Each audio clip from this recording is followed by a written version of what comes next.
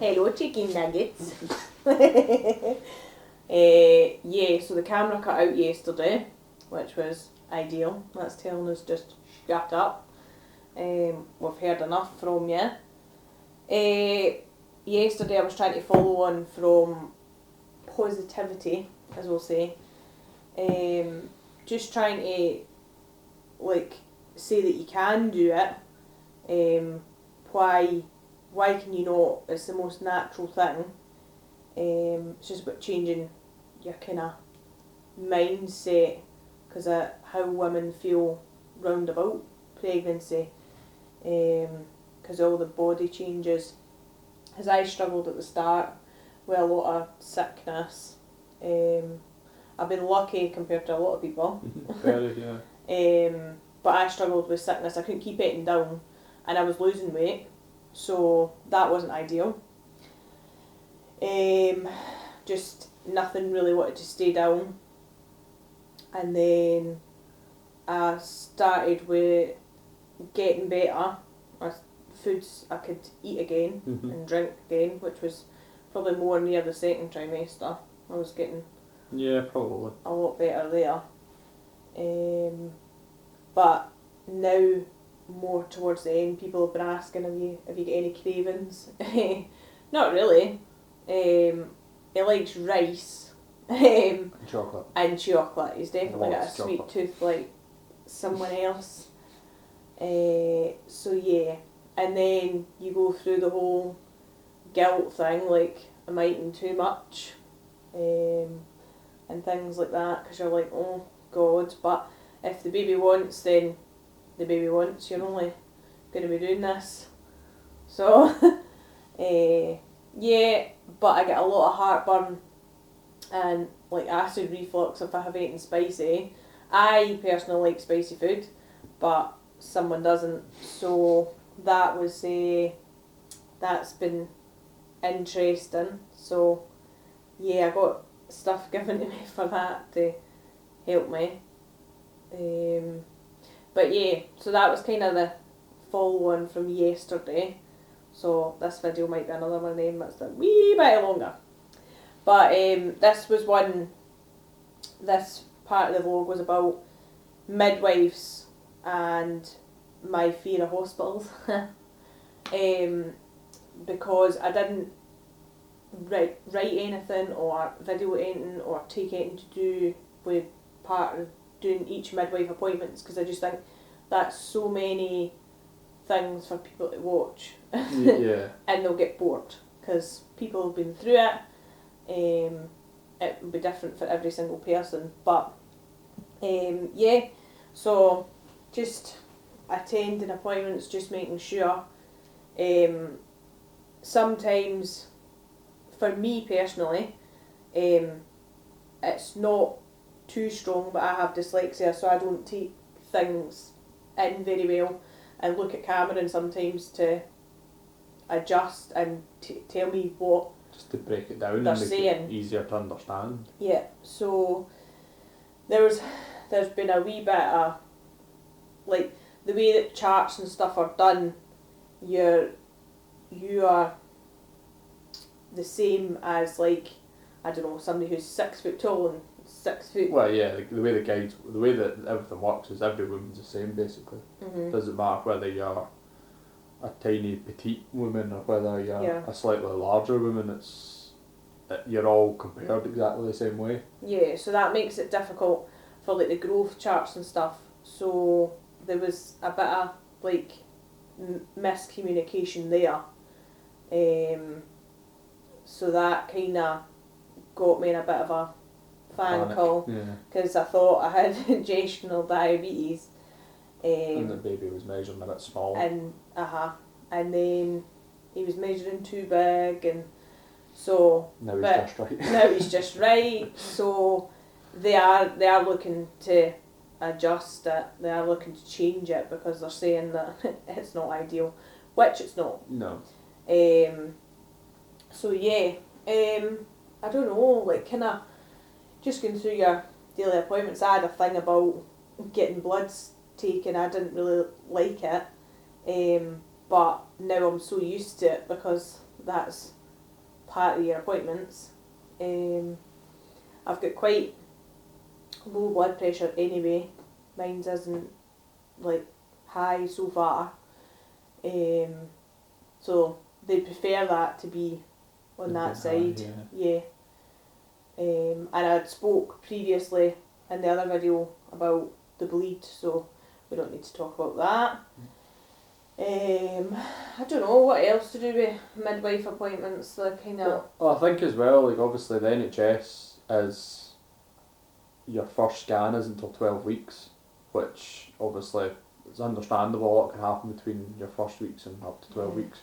We chose to obviously have private scans. We've got quite a few of them. First of all, to check, we got an early scan just to see. It's our first pregnancy, so we wanted to see what it was like and obviously see what we could see. We were quite fortunate what we could see.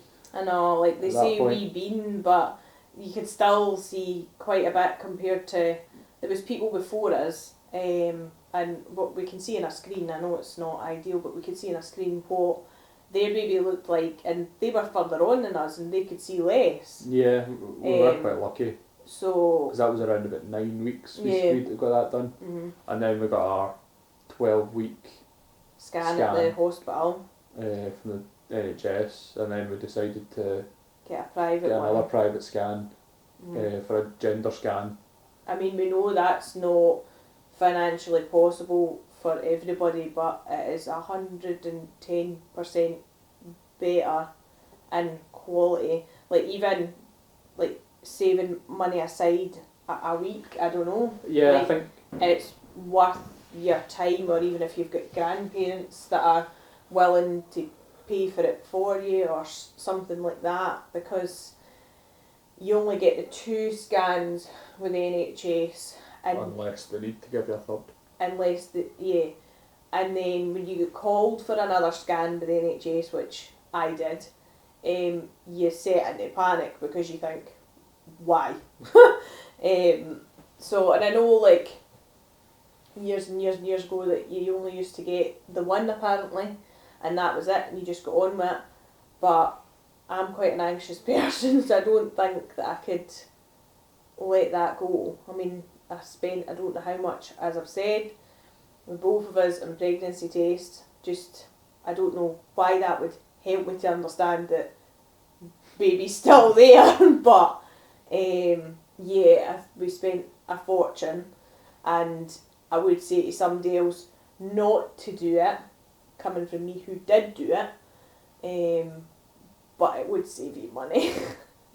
And maybe keep it for your scans. Yeah, I think the private scans, the hospital's very, obviously the NHS and as hospital, so it is hospitalised. It's sterile environment. Yeah, whereas your private scan clinic, or the one we went to anyway, was like walking into your friend's living room. Like you got really nice like introduction, and then you sat down and just had a wee kind of chit chat, and as you waited for your appointment, then when you actually had your appointment, you were kind of you just felt lifted. Comfortable, and they always had a good chat with you, and you felt happy. Told you what was going on with baby, and told you all the measurements, and obviously we went for a gender scan as well. So the gender scan, we had the private gender scan and also the NHS gender scan, or they don't call it a gender scan anymore, but if they can find the gender, they can tell you. But we had both scans to compare to, just in case. They say sometimes with your 20-week scan at the NHS that they can't sometimes always see the gender. Yeah. Depending on how baby's sitting, baby might have his legs crossed. So we wanted to have that chance to second opinion compare as well, just in case. Yeah. Fortunately, both scans came back saying the same thing. Yeah. Baby was a bit awkward, but yeah, we eventually managed to get him jiggled about and get him into position. So Mum had to get up and kind of dance a wee bit just to get things in the go. But that's all the fun of it, and even like going in and speaking to them, like, my God, you're so neat and things like that. Like, it just lifts you. like when people are so happy round about you and like make it all feel so exciting. Like for example, as I've just said, I'm going to talk in here about hospitals. Due to my own personal experiences through family, I just have visions of hospitals and I hate them. Like, and I know that it's not to do with people personally, it's not to, I know they're there to do a job and they say that you're in the safest hands possible. I've been in that position where I thought people were in the safest hands possible and it came back to me, and it's still to this day makes me think, even although when I do enter the hospitals for my midwife appointments and stuff, it still makes me think about back then, and a panic. I just think of like going into this like clinical environment and what are they going to do to me and things like that.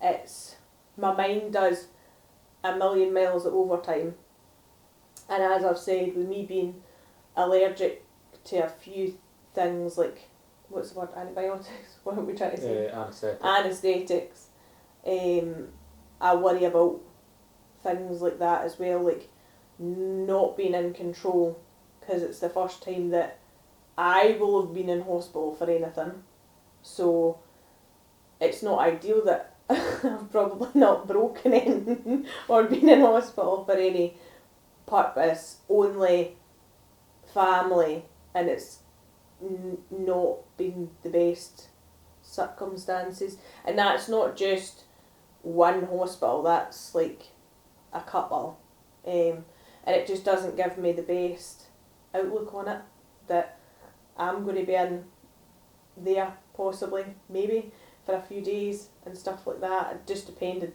how things go.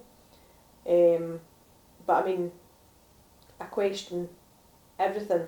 I just have this, I don't know, imagine it's like Saw or something rather than the way that I should probably imagine it. I think that's like the worst part for me. Yeah. Like with that, and especially when they said to me, you know, like, unless you're actually in active labour, Cameron can't be in with you, and I'm like, oh my god, like just sitting there in the hospital, that'll just put me like all wrong.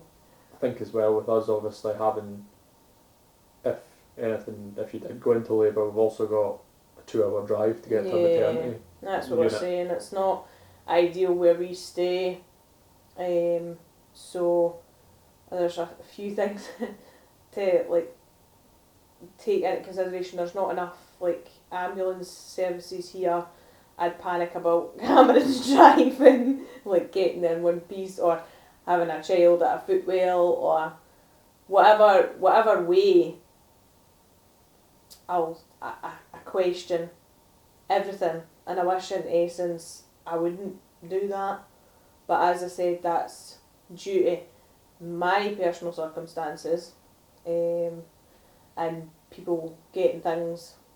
I'm not saying people are perfect, and they're not supposed to be, but the way that they got things wrong at the time, and being a younger person at the time, as I said, I don't take things in always very well either, so not having that support background at the time either, because I was by myself, it was hard to adjust, and then I just got